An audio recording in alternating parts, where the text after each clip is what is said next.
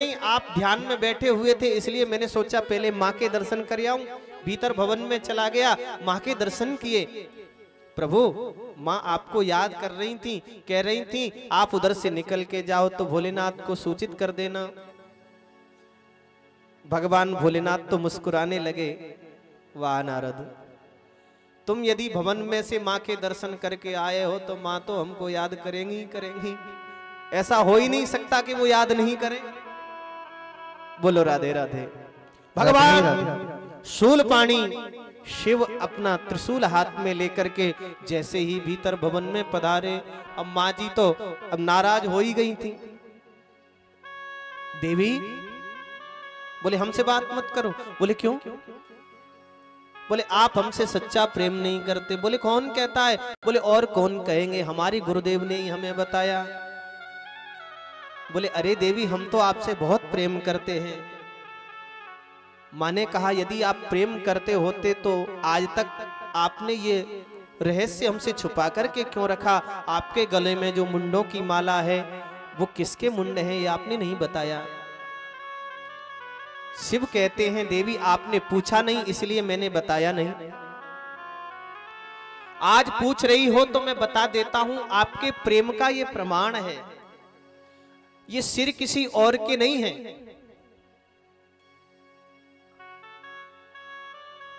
ये आपके ही मुंड हैं। आपने जब जब शरीर धारण किया, जब जब शरीर का परित्याग किया,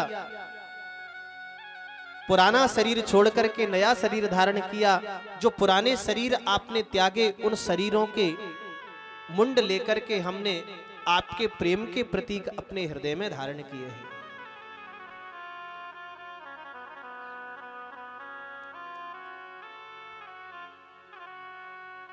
मां आश्चर्यचकित हो गई। भगवती जगदम्बा पराम्बा मां पार्वती कहती हैं प्रभु ऐसा कैसे संभव है? मेरे इतने अवतार हो गए, इतने जन्म हो गए और आप एक जैसे बने रहे। बोली ये सब प्रभु की कृपा है। मेरे हृदय में राम विराजमान है।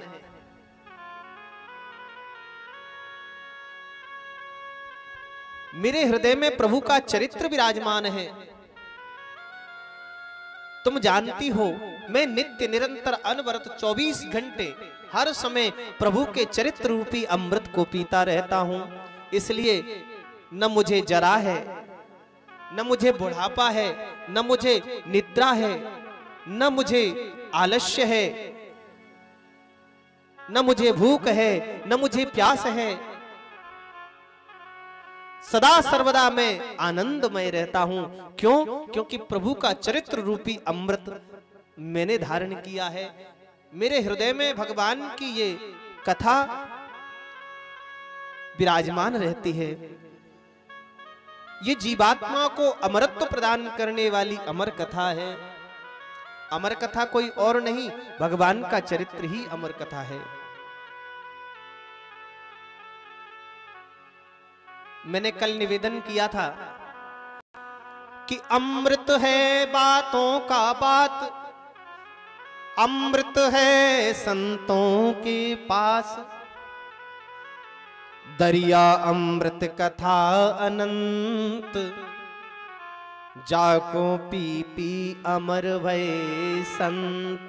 ये कथा रूपी अमृत ही तो अमर कथा है। मां ने कहा प्रभु जब ये कथा अमरत्व प्रदान करने वाली है तो मुझे भी तो सुनाओ। बोले देखो अधिकारी को ही यह कथा प्राप्त होती है। इसलिए भगवान शिव ने अमरनाथ की गुफा में विराजमान होकर के अपना डमरू बजाया। जैसे ही डमरू बजाया पूरा वन प्रदेश खाली हो गया। समाधि लगा करके भगवान शिव भगवान की यह श्रीमद् भागवत जी की 12 स्कंद युक्त श्रीमद् भागवत जी का व्याख्यान श्रवण कराने लगे। मां बड़े ध्यान से सुनने लगी।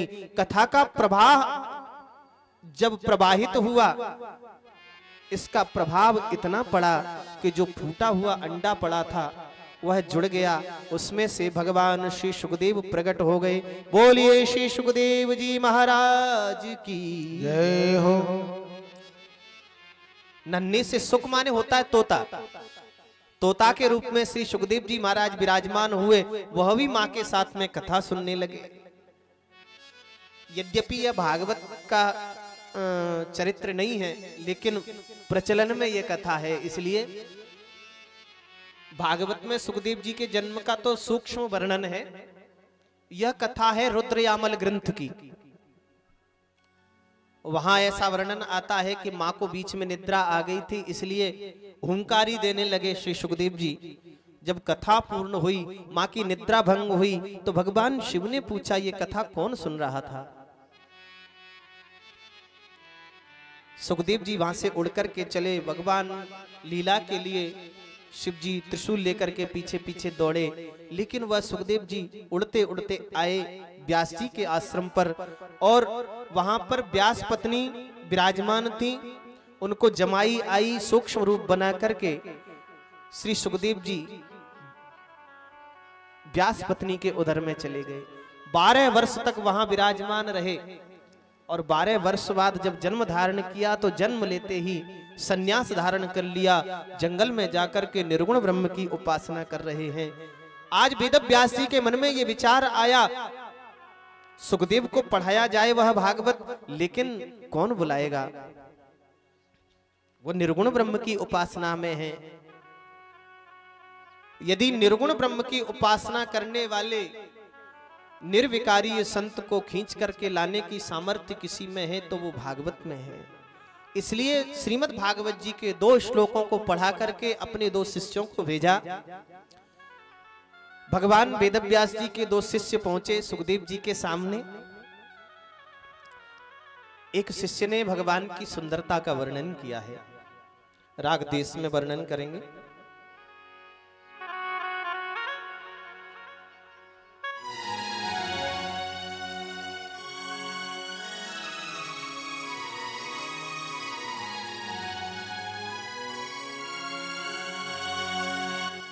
बरहापीडं नटभर बपुः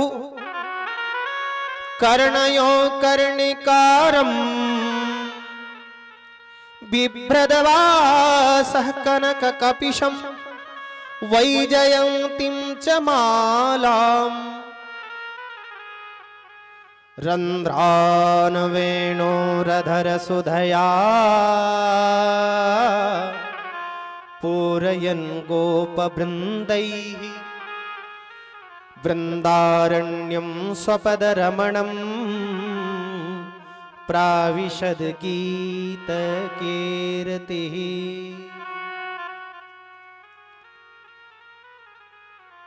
भगवान वेदव्यास जी के शिष्य श्री सुखदेव स्वामी के सामने भगवान के स्वरूप को वर्णन करते हुए कहते हैं, हमारे श्री श्याम सुंदर की जरा सुंदरता का दर्शन तो करिए।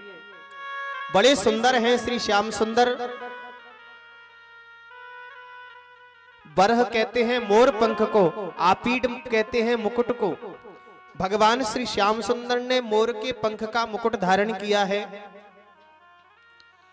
ये बड़े सुंदर हैं। नटवर बपुहु, नटों में श्रेष्ठ है। नट होता है जो रंगमंच पर अपनी कला का प्रदर्शन करे। ये संपूर्ण चराचर जगत भगवान का रंगमंच है। इस पर खेल खेलने के लिए ही तो प्रभु आते हैं। हम और आप सब तो खिलौना है भगवान के। इनसे वो जितना जी चाहता है उतना खेलते हैं। किसी से कोई कार्य करा रहे हैं, किसी से कोई कार्य करा रहे हैं, किसी से शिक्षा दिला रहे हैं, उसको गुरु बना दिया, किसी को वक्ता बना दिया, उससे कथा कहलवा रहे हैं, किसी को संत बना दिया, उससे भजन करा रहे हैं, किसी को किसान बना दिया, उससे फसल उगवा रहे हैं। ये सब प्रभु की लीला है। ये रंगमंच पर नाना प्रकार की लीला करने के लिए ही तो भगवान आते हैं।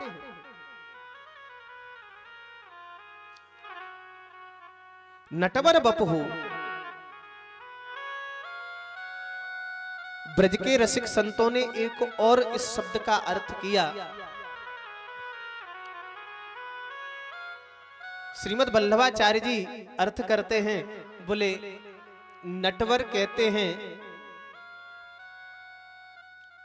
भगवान श्री कृष्ण को, परंतु ये नटवर हुए कैसे, जरा इस पर दर्शन कीजिए।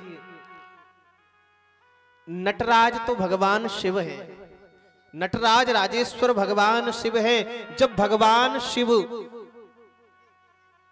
वृंदावन आए, कौन से समय आए? वृंदावन भगवान शिव जब आए, जब भगवान श्री द्वारकाधीश श्री कृष्ण ने महारास प्रारंभ किया है।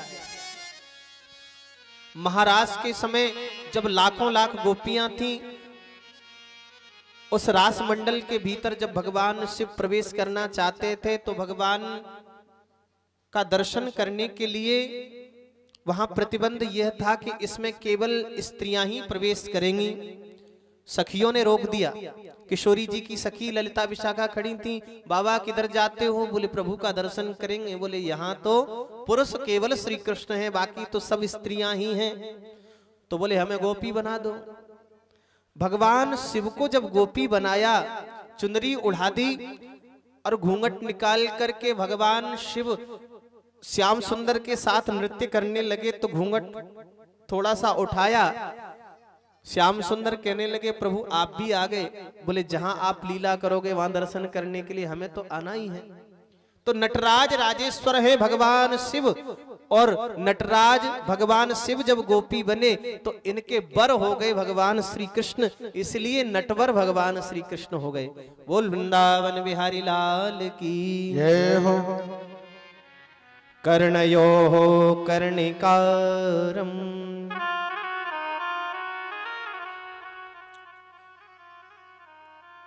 कर्णयो द्विवचन है और कर्णिकार है एक वचन। कर्णिकार कनेर का एक पुष्प भगवान ने दोनों कानों में लगाया है। तो यहां किसी ने पूछ लिया होगा श्री सूत जी महाराज से, गुरुवर ऐसा वर्णन क्यों किया वेदव्यास जी ने?